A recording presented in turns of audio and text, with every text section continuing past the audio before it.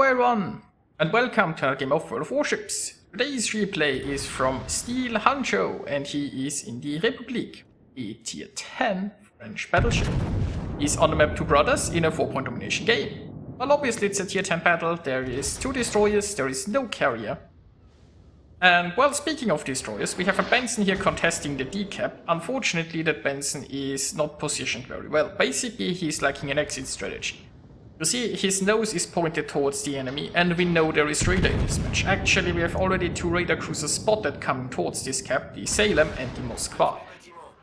So, there is nothing wrong with trying to take a cap against radar, but having an exit strategy is pretty vital, knowing where the radar could be, and keeping an eye out for that.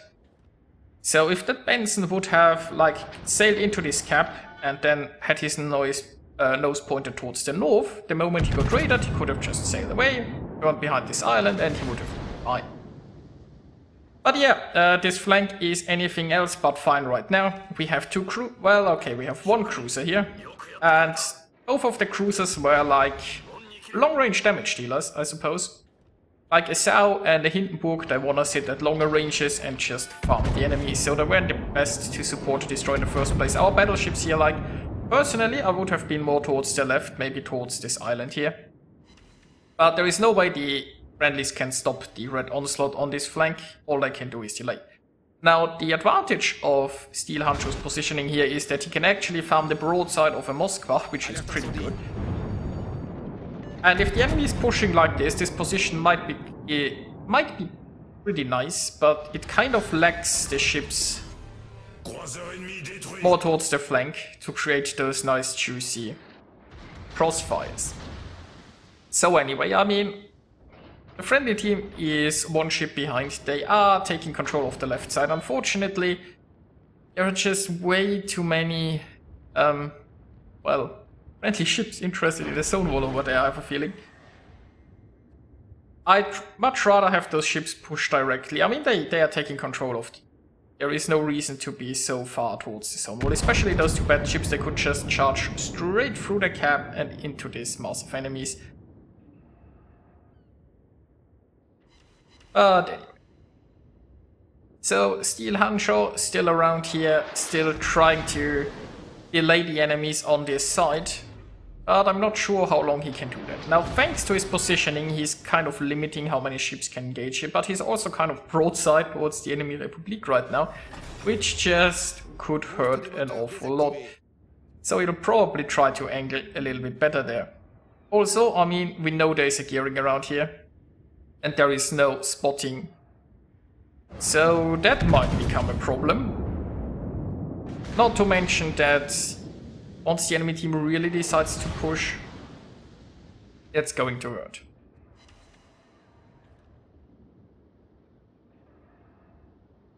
So he's starting to angle away here, and he kinda has a decision to make. He could try to delay the decap for as long as possible, basically just by sitting here, maybe getting some nice cover, and well, basically shoot the battleships over there, maybe wait for a cruiser to sail around the corner and see what he can do about that. Of course, he's a pretty good target for the gearing. If you are stationary here, right, then the destroyer, I mean, he could just be sailing around here somewhere and unleashing a volley of torps.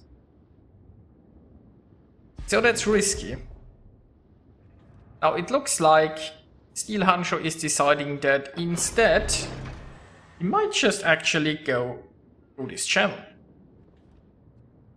We have a Yu Yang who is going towards C, and that Yu Yang might need some help. Our zone wall warriors are probably not very helpful right now. Those guys, they could either come back and try to defend B, or they could push aggressively. I mean, they are somewhat pushing, but they aren't really... Okay, let me take control of the camera, that's getting a little bit annoying here, and let's speed up the process while he's just going his channel. So, we have a Yu Yang coming here towards the C cap, and I think we can slow down camera control here. So, we have a Hindenburg who is nicely showing broadside here, so that might work. And we have the Yu Yang coming in here to take this cap. Now it looks like the enemy team isn't very interested in defending overly much, but they are pushing the B cap. There is a gearing right now in B, so yeah, if SteelHanjo had remained in B, he'd probably been caught by now. The Yu Yang is lying a smoke trail here, I'm not sure why. I mean, as a battleship you can only make limited use of smoke. And also what's a little more concerning is the way this Yu Yang is sailing. Like, let's just take a look at this. There is a destroyer inside B. Well, it's the gearing most likely, right? So, there is a Salem and a Henry over there. There is a Shabbat pushing this way and there's a Montana pushing this way. So what's the Yu Yang going to do? He's going to sail into a gearing, backed up by a radar, backed up by another cruiser, backed up by 1 or 2 battleships. I wonder how this will turn out. I mean... Now meanwhile, we have our République here, who is forced to capture, like this point was almost capped, but the Yu Yang decided to sacrifice all those cap points. I mean, he left a smoke trail here, which means he doesn't even have... Well, I mean, the smoke wouldn't matter because he's charging a Salem. Now, I mean, our République can use the smoke to capture, but that's... yeah. So anyway, we could have the Yu Yang here spotting, he could be torpedoing like the incoming enemy battleship, he could be doing a lot more than sailing there and getting wrecked.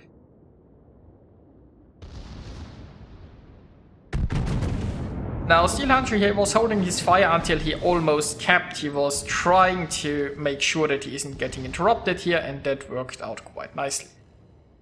And now there are quite a few ships around here, so he's going a little bit more towards his friendlies there. Now speaking of those friendlies, by the way, we know the gearing is going towards A. That was the last thing he was spotted. So if only we had a radar ship like, for example, a Cleveland who would just try to stop this gearing, wouldn't that be nice?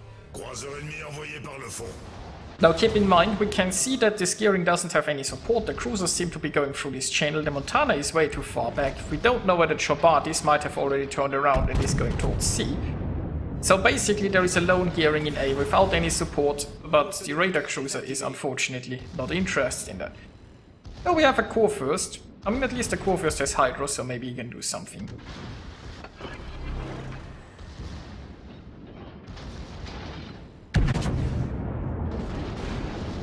A broadside Montana, what are our shells going to do? Well, reasonably well, I guess. Problem is that SteelHanjo here is on his last heal, and there is still quite a bit of battle left to play. His hit points aren't looking that great, and he's kind of the front line here. Now he's doing some reasonable damage here, and you also have to keep in mind that there are 2 cruisers coming throughout this channel. So let's hope that the friendlies can welcome them with some nice citadels. Now the way SteelHanjo is positioning himself here is that if those cruisers just sail straight through this channel, he will have broadside shots at them. Also, secondaries are going off against the gearing, but he doesn't really have time to keep track of that. Let's wish the Kurfürst luck and hope that he can catch this gearing with his Hydro. And there we go, the Salem is just emerging. The Montana is unfortunately still floating, that wasn't enough to finish her off. Well, Salem seems hesitant, so I think he can get another volley out and finish off the Montana before he has to deal with the Salem. Well, at least the Salem doesn't have any torps. The Henry does though, and the Henry seems to be coming this way. And oh, that's unfortunate. So Montana's still floating. 3 overpens that could have certainly gone better, so he needs another salvo just to get rid of this Montana. That delays time where he can keep his guns pointed at this opening. And, well, would have been nice if he had a salvo ready just now, but, you know, Montana's taken care of. So the Henry is leading the charge, not the Salem. Let's just see what we can do against this Henry. Henry is broadside, Henry is most likely torping, but the island here should keep our battleship safe. And 7 overpens. Fully broadside cruisers, 7 overpens, of course. Now he's finding some cover from the Henry. The Salem has shown herself, so he can do something about this. Damage con is currently active. Like, he's so low on health that he just has... He doesn't have the luxury of managing his damage con. He has to get rid of any thought effect that he has right now. He's also out of heals. Now if he gets set on fire again, it will be problematic, but there is nothing to be done about that. So, can we get some better shots at the Henry this time? Still pretty broadside. Well, unfortunately, that island blocked a few of those shells. And look at that, we got 3 more overpens in the bow. So he's up to 10 overpens against this Henry. And he's going to set on fire again, of course he is.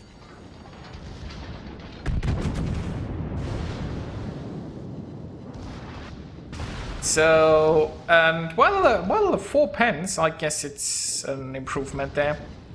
Also, by the way, meanwhile, the friendly Sao has popped the Kurfürst that was brawling with the Montana. That's not good. Now we got another salvo out on the Henry. Can we finally sink that Henry? Well, no, there's only 2 hit. Oh my. But, well, the Henry's gone.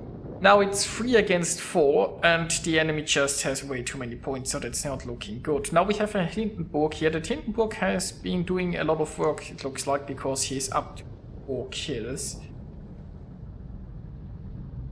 So, yeah, let's also speed this up a tiny bit. Let's see how the Hindenburg fares. The Hindenburg is going to brawl with a Montana. And he got Torps on the way, but the Montana is already in the process of dodging. So, yeah. But I mean, I can finish off the Montana with guns. Now, unfortunately, that's still some healthy battleships remaining against a not so healthy Hindenburg and the Sao. The enemy team has all the advantages they need. And so this is a loss. So here we are with the results. SteelHanjo earned himself 1905 base experience in a defeat. Well, that's a pretty impressive amount of experience. Unfortunately, it was not enough to win this battle. He earned himself a Confederate and a high caliber scoring 304,000 points of damage. But just wasn't enough, I guess. Anyway, it was a nice battle. I hope you enjoyed watching it, and I'll see you guys next time.